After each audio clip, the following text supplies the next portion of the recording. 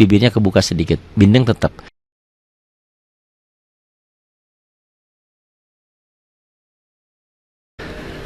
Bahasan berikutnya adalah ikhfa. Ikhfa ada di halaman 19 buku wajib kita. Di bagian pertama, tajwid pertama adalah kita sudah membahas hukum nun mati atau tanwin itu idhar dan idgham. Yang ketiganya adalah ikhfa.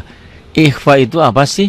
Ikhfa ialah menyembunyikan atau menyamarkan bunyi nun mati atau tanwin dibaca n dengan bunyi huruf yang ada di depan di hadapannya, tetapi pada umumnya berbunyi eng. Yang gampangnya, ikhfa itu bunyi n-nya jadi eng, n-nya tambah g.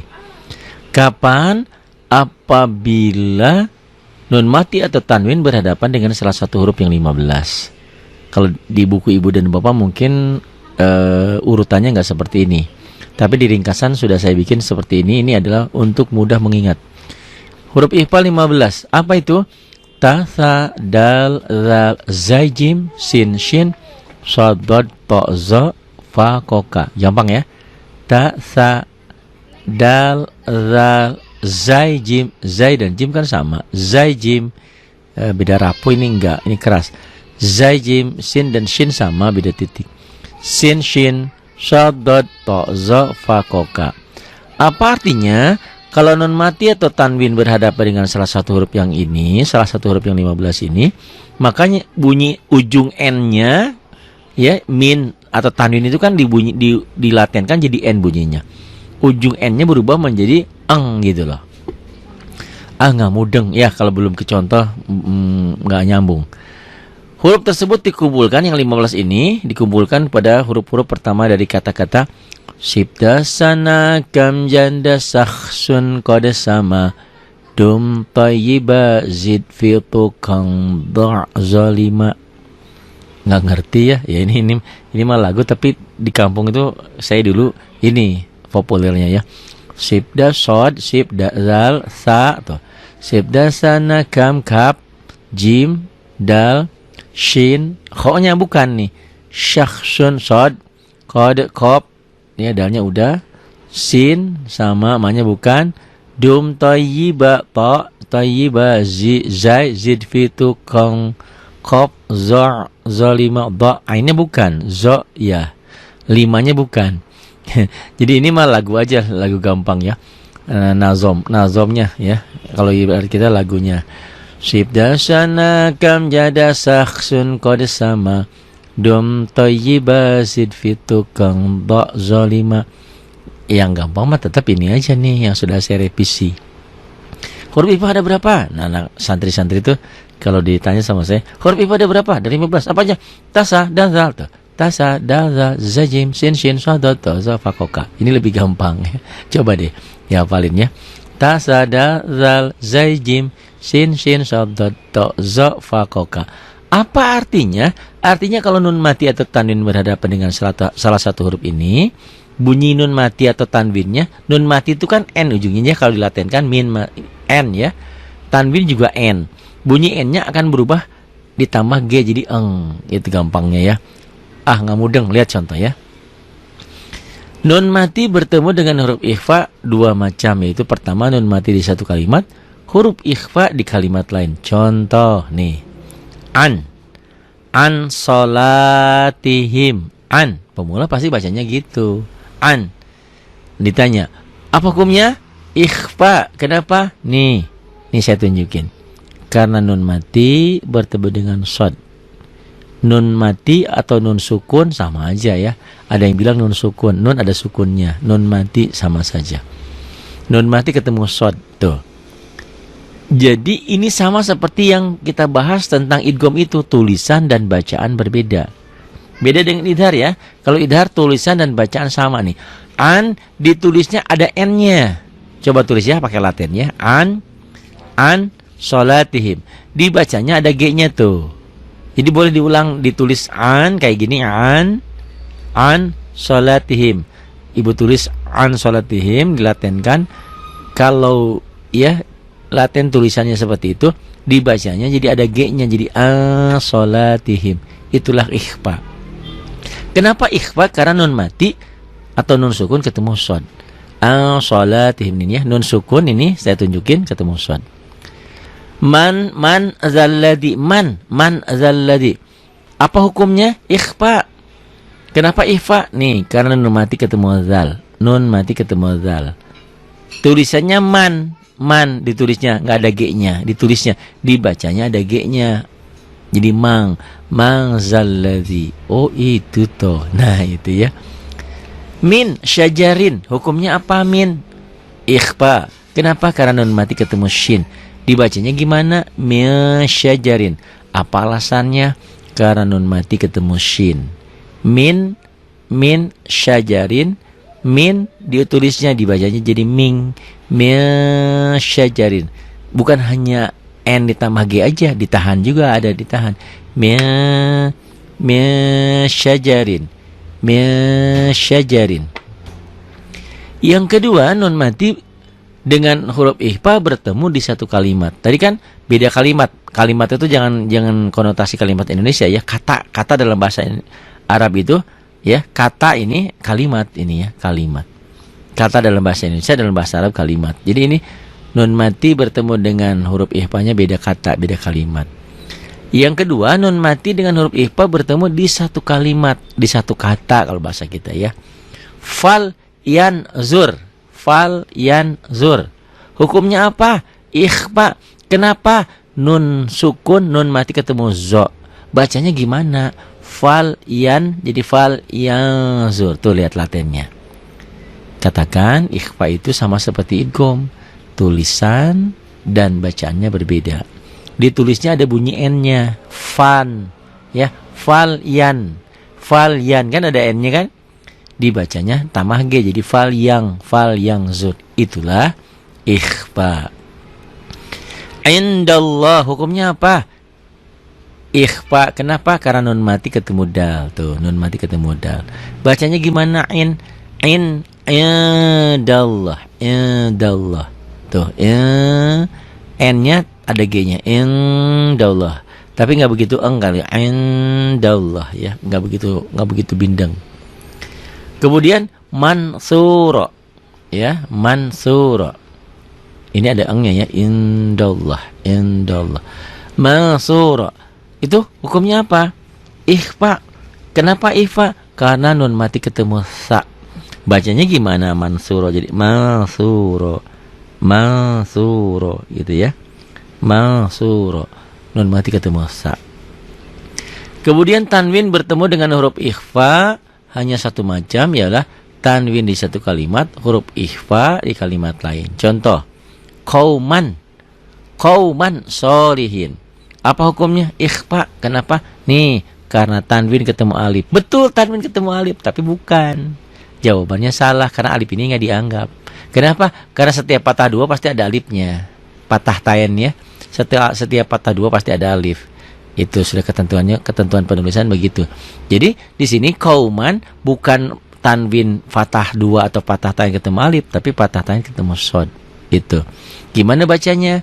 Qauman, jadi qauman sholihin. Qauman. Tulisan dan bacaan beda. Ditulisnya ada n-nya, dibacanya n-nya tambah g jadi eng. Qauman sholihin. Ma'an sajjaja. Ma'an sajjaja. Hukumnya apa? Ikhfa. Kenapa? Karena patah tain, fatah dua, fatah tain atau tanwin ketemu dengan sa. Dibacanya gimana? Ma'an. Jadi ma'an tuh. Ma'an sajjajan. Sajjaja ya. Dihentikan jadi sajjaja. Sajjajan ini barisnya kurang satu nih. Sajjajan. Sajjaja. Kemudian qauman taghin. Hukumnya ikhfa. Kenapa? Karena fatah tain ketemu alif. Bukan, alif ini nggak dianggap. Fatah tain ketemu to. Ikhfa ya. Tulisannya apa? Qauman taghin. Dibacanya qauman. N-nya ada G-nya nih. Tulisannya qauman tanpa G. Qauman taghin. Dibacanya ada G-nya. Jadi qauman, jadi eng. Qauman taghin. Perhatikan bila nun mati atau tanwin bertemu dengan kaf atau qaf di halaman 20 ini, dibacanya engnya banget. Ya, bunyi berubah menjadi eng yang sangat. Contoh, min qablu. min qablu ditulisnya. Hukumnya apa? Nun mati ketemu qaf nih. Nun mati, nun sukun ketemu qaf. Ya. Hukumnya ikhfa. Tulisannya min tanpa g ditulisnya, dibacanya jadi min qabl, min qabl, ya dihentikan. Min kitabin hukumnya ikhfa. Kenapa? Karena nun mati ketemu kaf. Ini kaf ya. Ini pemula sambil belajar huruf. Ini nun, ini mim, ini nun, ini kaf, ini ta, ini alif, ini ba. Min kitabin hukumnya ikhfa karena nun mati ketemu kaf. Min dibacanya jadi min quwwatin. Ini tadi min kitabin nun mati ketemu kaf. Hukumnya ikhfa. Yang berikutnya adalah ini min quwwatin. Min ditulisnya min, dibacanya jadi min. Hukumnya apa? Ikhfa karena nun mati ketemu qaf. Ya, ini tadi nun mati ketemu kaf, ini nun mati ketemu qaf, ya. Tuh. Ditulisnya tanpa g, min kuwatin, dibacanya jadi min kuwatin, ditahan ya, ikhfa itu ditahan juga sama seperti idgham. Minkum ditulisnya, dibacanya jadi minkum. Hukumnya ikhfa. Kenapa? Nun mati ketemu kaf. Minkum. Kutubun qayyimah, dibacanya jadi kutubun qayyimah. Kenapa? Karena domah tain ketemu qaf. Domah tain itu ketemu qaf itu berarti ikhfa. Ya. Kutubun qayyimah. Nah, kalau ini harus engnya banget, berasa di sini ada m-nya. Bila nun mati atau tanwin bertemu dengan fa, bunyinya berubah menjadi mm. Akan tetapi mutlak tidak tertutup rapat, masih ada udara yang keluar ketika membacanya. Ikhfa iya, ya. Min fitnatin dibacanya jadi min bunyi m, tapi min bibirnya kebuka sedikit, bindeng tetap. Min fitnatin dihentikan jadi min fitnah. Hukumnya apa? Ikhfa. Kenapa? Nih nun sukun, nun mati ketemu fa. Budeng nggak? Kalau nggak ini kasih garis ya, ditandain. Oh ini ketemu ini. Tuh min fitnatin. Min fitnah dihentikan. Qauman fasiqin. Hukumnya apa? Ikhfa. Kenapa nih? Karena fathah tain ketemu alif. Bukan. Fathah tain ketemu fa. Qauman fasiqin. Bunyi m tapi bindeng tetap ya. Munfakin. Hukumnya ikhfa. Kenapa? Karena nun mati ketemu fa. Cara bacanya munfakin. Hukumnya ikhfa karena nun mati ketemu fa. Itu ikhfa. Ikhfa tulisan dan bacaan beda. Ditulisnya ada bunyi n-nya, dibacanya n-nya tanpa g jadi eng gitu. Itu ikhfa. Kalau idgham kan melebur pada huruf sesudahnya. Kalau idhar bunyinya apa adanya, tidak berubah. Bunyi n-nya tetap. Nah, kalau iklab ini ialah bila nun mati atau tanwin menghadapi ba. Huruf iklab cuma satu, yaitu ba. Kalau huruf idhar 6 aha ha agoha. Huruf idgham juga 6 yarmaluna, dibagi 2 idgham bigunah dan idgham bilaguna. Sedangkan ikhfa 15 ta sa dal zal zai jim sin shin shad ta za fakoka. Harus hafal itu ya, huruf ikhfa. Nah, iklaban cuma satu, yaitu ba. Kapan terjadi? Apabila nun mati atau tanwin berhadapan dengan ba. Bunyi n-nya ya, min kan bunyi n dilatenkan, bunyi nun mati. Sami'un juga bunyi n.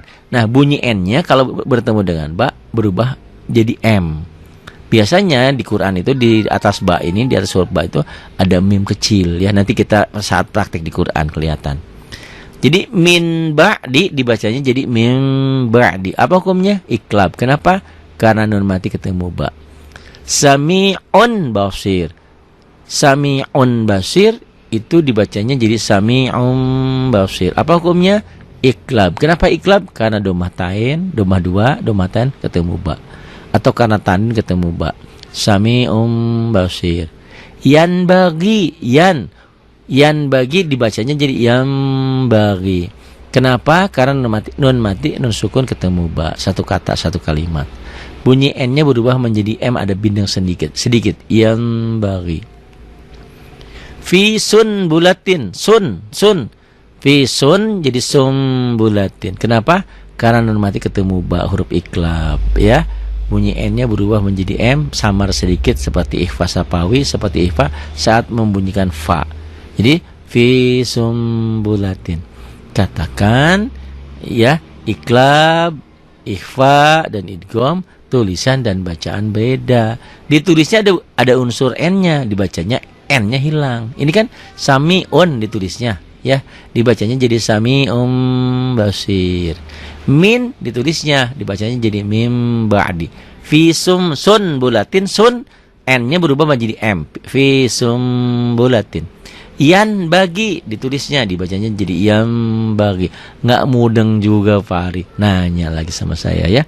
Jadi nanti setelah kita praktek teori-teori ini, coba saya sajikan contoh-contoh yang lain. Ya di buku yang lain, ini hukumnya apa, kenapa, apa alasannya. Setelah itu nanti aplikasi ke Quran. Bingung juga, SMS ya. Jangan malu, jangan takut.